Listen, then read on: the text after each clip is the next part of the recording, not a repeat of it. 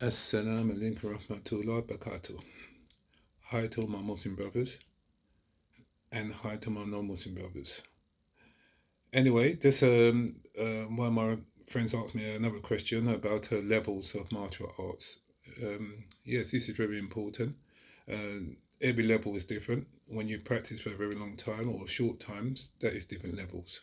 If someone practice for 1 year or 2 years with the teacher, and another person practice with the teacher for about 10 years, obviously it's going to be different levels because the longer you do it with the teacher, more information you will get.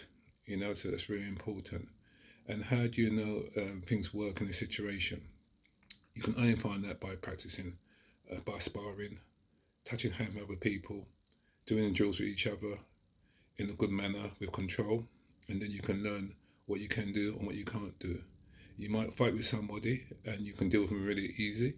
You might fight a different person and you have trouble dealing with him because you might need different techniques to deal with this different situation.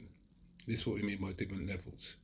Okay, and in Wing Chun, we have different levels. The way I teach, when you practice, a person who's done 2 years and a person who's done 8 years won't be the same level because of the person practiced for a very long time and gather all the information from the teacher at that time. Also, if someone practiced for one month, you know, or once a month, and when someone practices maybe 12 times a month, it's different levels again.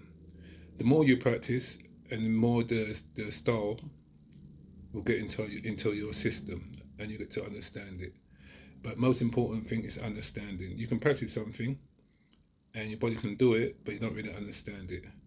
You can understand something perfectly mentally, but your body can't do it.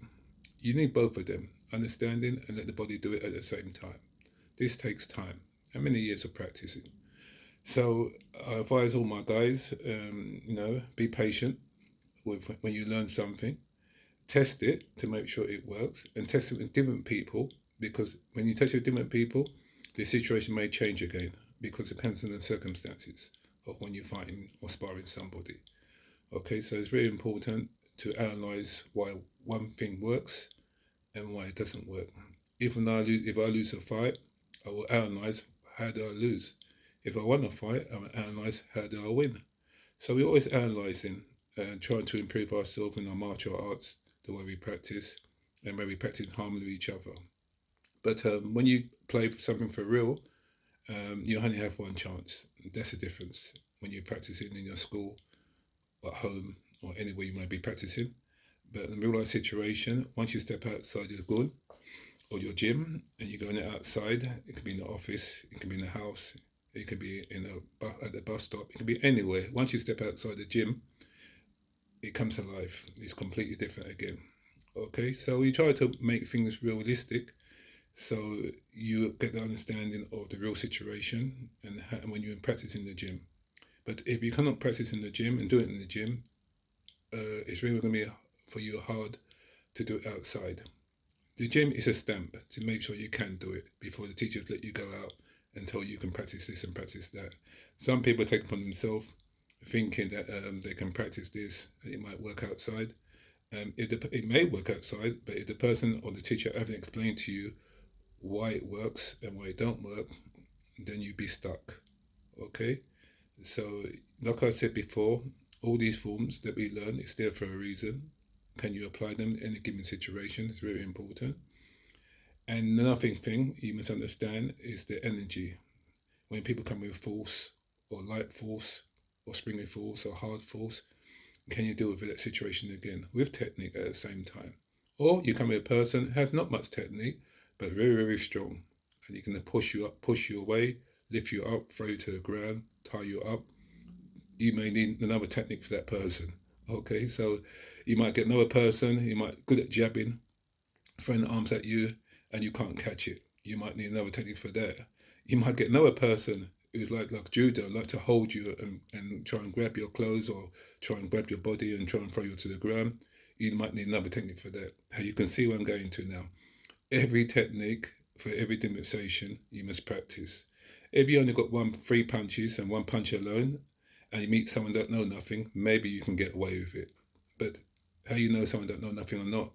You don't know what's in their hearts, what's in their mind, what they know. So, and therefore, when someone attacks you, you will find out what he knows and what he does know when they attacks you, and you find out what you can do and what you can't do when they attacks you. That is keeping it real. Okay, so we try to practice everything at different levels. When you first start, you might learn CM Tao, and then you might think you can fight, but you might need Chum Q, which is the second form. You might need Puji, which is the third form. You might need pole, or you might need dummy, or you might need knives to know how to practice and to implement it in your any given situation. This is what I mean by levels. So sometimes people practice for 5 years and they will think they know enough, and that's it. If they think they know enough, that's okay. But sometimes they will get themselves in a situation and they didn't learn something for that situation. They might need to go back to learn again to find out, oh, guess what? I didn't understand that situation or I didn't practice that situation. This is what I mean by different levels. But the most important thing of levels is enjoyment. You know, when you're practicing with each other to enjoy, have fun. Wing Chun to me is like a game of chess, but with your hands. And that's it really, with a person.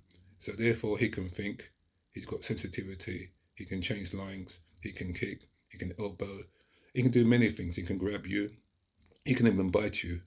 And this is all different ways of fighting and person using techniques to their best ability to overcome certain things.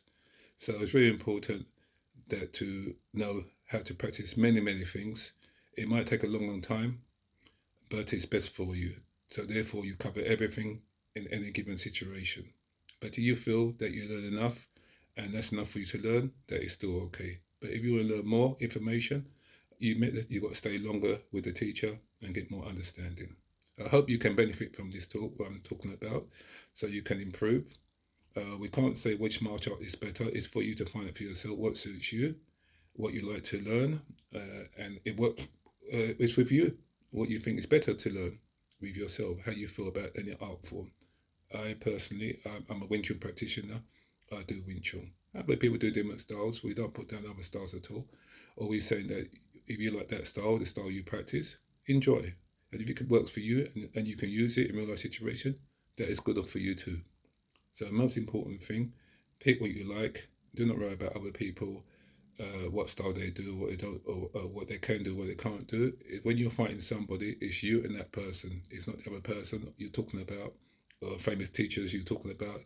It's you and that person who's fighting, and your teacher can't help you at that time. So therefore, you better know your stuff, learn to learn your stuff very well to overcome any situation may occur in a real life situation.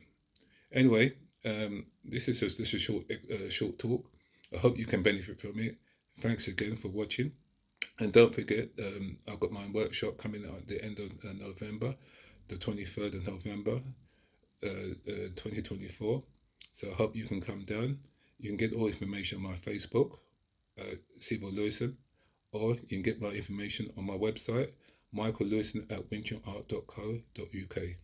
Okay, or on YouTube, which is Michael Louison. And all the information is there about the workshop. So I hope to, if you guys want to attend the workshop, no problem. Just call me or email me and to book your place. Okay, and I hope you see most of you guys at this workshop, and I hope we can benefit from each other. Thanks again for watching. Sifu Louison, or Daigor, or Baba Usama, and many names I have had that I've got, that I told you before. So I hope to see you soon. Inshallah, if God wills it. Thanks again for watching. Sifu Louison.